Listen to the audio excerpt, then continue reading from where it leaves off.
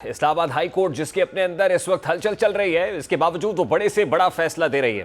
पहले Islamabad high court ने Toshakhana case में पाकिस्तान तहरीक इंसाफ के साबिक चेयरमैन इमरान खान उनकी अहलिया बुशरा बीबी की सजा मुअत्तल की। उसके बाद 190 मिलियन पाउंड केस में इस्लामाबाद हाई कोर्ट से बानी पीटीआई और उनकी अहलिया को रिलीफ मिला और अब साइफर केस में बानी पीटीआई और शाह महमूद कुरैशी की सजा मुअत्तल कर दी गई है।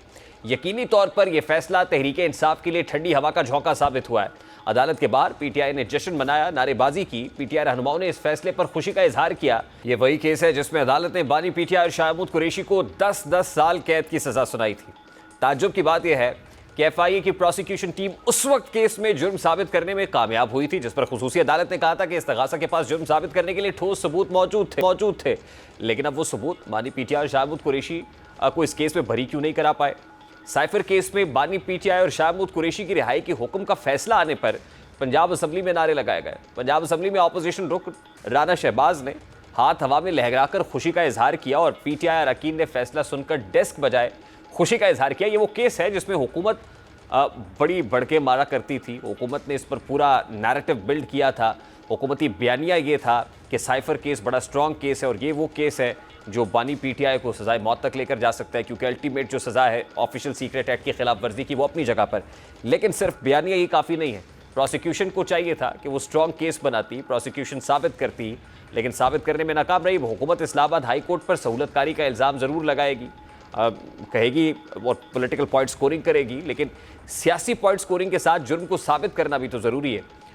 यहाँ ये काबिल ज़िक्र है कि साइफर का मामला पहली बार 27 मार्च 2022 को उस वक्त के साबिक वज़ीर आज़म ने एक जलसे में अवामी सतह पर उठाया था। जलसे के दौरान बानी पीटीआई ने अपनी जेब से ख़त निकालकर दावा किया था कि उनके खिलाफ अपोजिशन की तहरीक अदम एतमाद बैरूनी साजिश का नतीजा थी, बैरूनी मुदाखलत हो रही थी, गैर मुल्की साजिश थी और उन्हें इक़्तिदार से हटाने के लिए बैरून मुल्क से फ़ंड्स भेजे गए थे।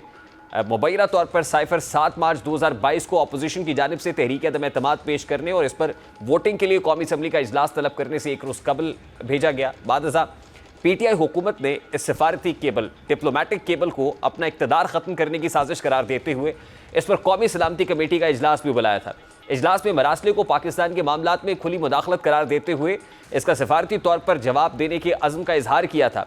9 अप्रैल 2022 की रात कौमी असम्बली में उस वक्त के वज़ीर आज़म के खिलाफ अपोजिशन की तहरीक अदम एतमाद 174 वोटों के साथ कामयाब हो गई थी, जिसके बाद बानी पीटीआई मुल्क के वो पहले वज़ीर आज़म बन गए जिनके खिलाफ तहरीक अदम एतमाद कामयाब हुई। हुकूमत की तब्दीली के बाद वज़ीर आज़म शहबाज शरीफ की सरबराही में कौमी सलामती कमेटी का एक और इजलास हुआ, जिसकी एलामिया में कहा गया कौमी सलामती कमेटी को एक आला तरीन सिक्योरिटी एजेंसीज ने दोबारा मुतला किया है कि उन्हें किसी साजिश का कोई सबूत नहीं मिला। बहरहाल आज इस्लामाबाद हाई कोर्ट ने इस सज़ा को कलअदम करार दिया है।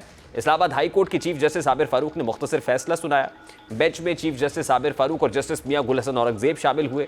इससे कबल साइफर केस की समाअत के आगाज़ में बानी पीटीआई के वकील सलमान सफदर अदालत के सामने पेश हुए, जबकि एफआईए के प्रोसिक्यूटर जुल्फ़िकार नकवी अदालत में गैर हाजिर थे। मावन वकील ने बताया कि कुछ वक्त दे दे, 20 मिनट तक आ जाएंगे, जिस पर अदालत ने कहा कि हमने रेगुलर डिवीजन बेंच कैंसिल किया ताकि ये केस सुन सके। तो वकील प्रोसिक्यूशन का कहना था कि जुल्फ़िकार अब्बास नकवी साहब 20 मिनट में आ रहे हैं।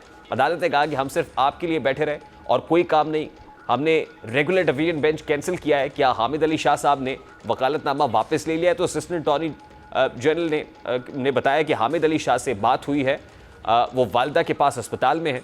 Chief justice Islamabad high court ने कहा कि हमने 11 बजे के वक्त का पहले ही बता दिया था। तो प्रोसिक्यूशन का कहना था कि सलमान सफदर बेशक दलाइल का आगाज़ कर दें। बैरिस्टर सलमान सफदर ने दलाइल का आगाज़ करते हुए कहा कि आज़म खान ने साइफर बानी पीटीआई को दिया, इस मुतालिक कोई दस्तावेज़ नहीं है। जिस पर चीफ जस्टिस का कहना था कि इस मुतालिक तो आपके क्लाइंट का अपना एतराफ़ भी मौजूद है। वकील सलमान सफदर ने कहा कि ये तो प्रोसिक्यूशन की जिम्मेदारी है कि वो बातचीत करें, कानून वाज़े और इस हवाले से सुप्रीम कोर्ट के फैसले मौजूद हैं। प्रोसिक्यूशन ने केस साबित करने की जिम्मेदारी पूरी करनी है। बानी पीटीआई और शाह महमूद कुरैशी के लिए सरकारी तौर पर मुकर्रर करदा वकला सफाई से अदालत ने मुकालमे में कहा कि आपने इससे पहले सजाए मौत का कोई ट्रायल किया है, इन मुकदमात की तफसील दें। तो वकील बानी पीटीआई ने कहा कि ये कैसा चार्ज है कि साइफर पास रख लिया, गुम किया या किसी को दे दिया, साइफर गुम गया तो फिर साइफर पास रखने का चार्ज कैसे लग सकता है। वकील ने मजीद कहा कि प्रोसिक्यूशन ने इजाफी दस्तावेज़ की दरख्वास्त दी, जिसका मतलब है केस साबित नहीं कर सके। जब मुतला कर दिया गया था तो बुक रूल्स के मुताबिक उन्होंने इंक्वायरी नहीं बिठाई। लाहौर हाई कोर्ट का फैसला है, मामूली लापरवाही से क्रिमिनल एक्ट साबित नहीं होता। दलाइल सलमान सफदर की अदालत में जारी रहे प्रोसिक्यूशन से सवालात हुए, मगर प्रोसिक्यूशन अदालत को मुतमईन करने में नाकाम रही। अब जजेस रिमार्क्स देने के बाद उठकर अपने चैम्बर में चले गए। 10 से 15 मिनट बाद आए तो मुख्तसर फैसला सुनाया गया। अब इस फैसले के आने के बाद यकीनन हुकूमत दबाव में होगी। बानी पीटीआई और पीटीआई स्टेट कर रही है, अपने बयानिए की फतह करार दे रही है। हुकूमत पर क्या दबाव और क्या हुकूमत इस फैसले को अल्टीमेटली चैलेंज करेगी, कोई अपील करने का इरादा रखती है? ज़रा इस हवाले से कंफर्म कर रहे हैं कि हुकूमत शायद तैयारी कर रही है कि इस पर कोई अपील की जाएगी। ज़ाहिर है इस पर हुकूमत का मौक़िफ़ जानना बहुत ज़रूरी है। इस वक्त पाकिस्तान मुस्लिम लीग नून के रहनुमा बैरिस्टर अकील मलिक हमारे साथ मौजूद है। अस्सलाम वालेकुम बैरिस्टर साहब, बहुत बहुत शुक्रिया आपके वक्त के लिए। सबसे पहले तो बड़ा सादा सा सवाल है बैरिस्टर साहब, साइफर केस में इस्लामाबाद हाई कोर्ट ने बानी पीटीआई और शाह महमूद कुरैशी को बाइज्जत बरी कर दिया है। ये वही केस है जिसमें आपकी हुकूमत ने यानी पीटीआई के पॉलिटिकल अपोनेंट्स ने बड़ी कमाल महारत से एक पूरा नैरेटिव बिल्ड किया था, और आज इस्लामाबाद हाई कोर्ट का ये डिसीजन तो बानी पीटीआई और शाह महमूद कुरैशी को विंडिकेट कर रहा है। कितना बड़ा धचका है ये आपके और आपकी हुकूमत के लिए? रेहान साहब बहुत बहुत शुक्रिया। सबसे पहले तो क्योंकि अभी मेरी प्रेस कॉन्फ्रेंस थी और उसमें वाज़ेह तौर पे हुकूमत का मौक़िफ़ पेश किया गया है।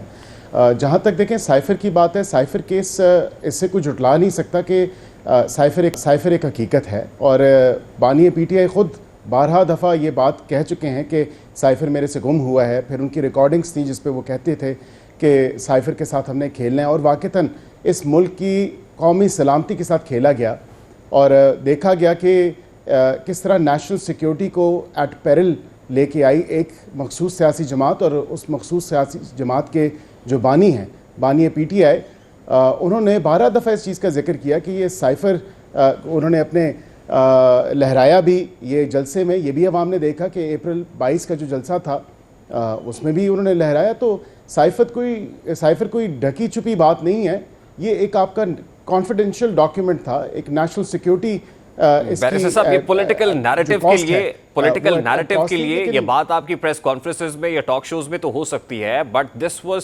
Supposed to be proven in the court. Prosecution के ऊपर ये ओनस था कि वो प्रोसिक्यूशन साबित करती कि साइफर एक हकीकत है, ये ऑफिशियल सीक्रेट एक्ट की खिलाफ वर्जी है। कैसे 5C 5D ये क्लॉजेस कैसे लगती हैं? This was supposed to be done by the prosecution, जो नहीं कर सकी। नहीं, एब्सोल्युटली, बिल्कुल।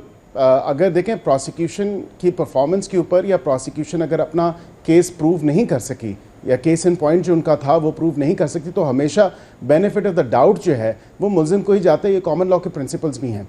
लेकिन जहाँ तक ये बात है कि ये एक नेशनल सिक्योरिटी का इशू था, इस नेशनल सिक्योरिटी के इशू पे सियासत हुई, ये पॉलिटिकल नैरेटिव नहीं है, ये हकीकत है आपकी और हमारे मुल्क पाकिस्तान की कि एक इतना कॉन्फिडेंशियल डॉक्यूमेंट, जो कि इतना सेंसिटिव डॉक्यूमेंट है, जिसके ऊपर सियासत की गई एक मखसूस सियासी जमात से, तो आज तो पेंडोरा बॉक्स खुल गया। बात यह है कि कल को कोई भी सियासी जमात उठ के कोई भी कता कलामी के लिए माजत, ये सवाल हुआ ना आज कोर्ट में, ये सवाल प्रोसिक्यूशन से किया गया कि आप ये कहते हैं कि हमारे मुख्तलिफ ममालिक के साथ ताल्लुकात ख़राब हुए। किसके साथ ताल्लुकात ख़राब हुए, किस तरीके से हुए, ये बताइए।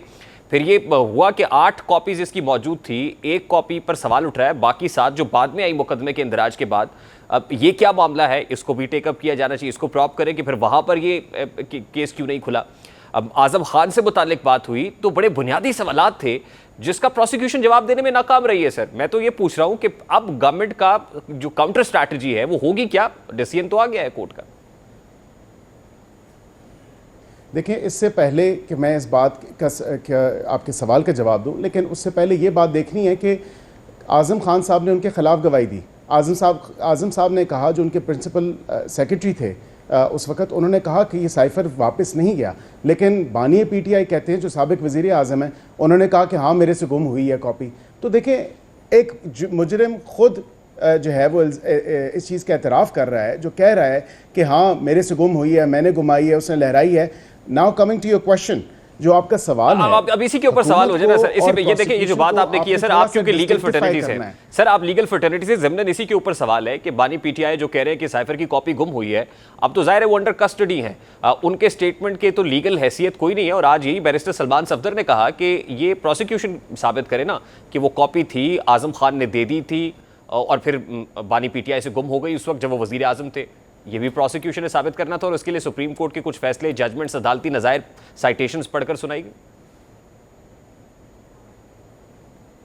आपकी बात दुरुस्त है, ये प्रोसिक्यूशन ने ही प्रूव करना था, लेकिन आपका ये सवाल जो गवर्नमेंट की स्ट्रैटेजी के हवाले से है, मैं ये दोबारा वाजे कर दूं कि गवर्नमेंट को और प्रोसिक्यूशन को एक ही जो है वो सफ़ में ना देखें। आप इसको जो डिस्टिंक्टिफाई करना है, जो इसकी एक सेपरेशन है, उसको देखना ज़रूरी है कि जब फैसला आएगा तो ये गवर्नमेंट ने डिसाइड नहीं करना कि हमने अपील में जाना है कि नहीं जाना है। ये प्रोसिक्यूशन डिपार्टमेंट है, प्रोसिक्यूशन खुद फैसला करेगी कि अगर उसमें कोई ऐसी लीगल लिकूनास थे आज के फैसले के हवाले से तो फिर प्रोसिक्यूशन उसको चैलेंज करेगी। लेकिन क्योंकि तफसीली फ़ैसला अभी तक नहीं आया, तफसीली फ़ैसला आ जाए तो फिर उस तफसीली फ़ैसले को पढ़ के देख के अगर उन्होंने समझा कि इसमें वाज़े तौर पे कोई ऐसी लीगल मिस्टेक हुई है या कोई ऐसा एविडेंस है जो अप्रिशिएट नहीं हो सका, तो प्रोसिक्यूशन राइट रखती है इसको चैलेंज करने के लिए, और वो प्रोसिक्यूशन का काम है, हुकूमत का काम